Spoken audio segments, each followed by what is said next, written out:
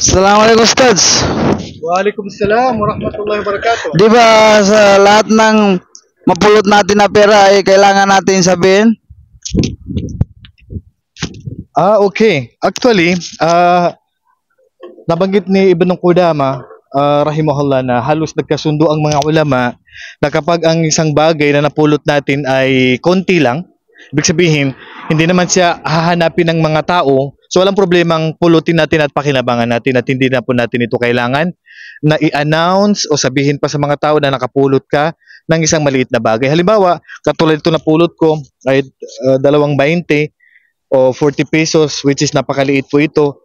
So sa orf o ada o nasanayan ng mga tao, hindi na ito bagay na hindi ito malaking bagay sa panahon natin ngayon na ito ay napakaliit na bagay. Kaya naman kapag tayo ay nakapulot ng isang bagay na may halaga siya pero hindi siya ganong kahalaga sa mga tao at hindi naman nila as in hahanapin pa yan pag nawala na, ay pwede na po natin itong kunin at pakinabangan po. At sabi nga ni Ibn Qudamah rahimahullah na walang scholar na nagsabi na hindi pwede ito, kundi pwede nating pakinabangan at kunin pag maliit na bagay.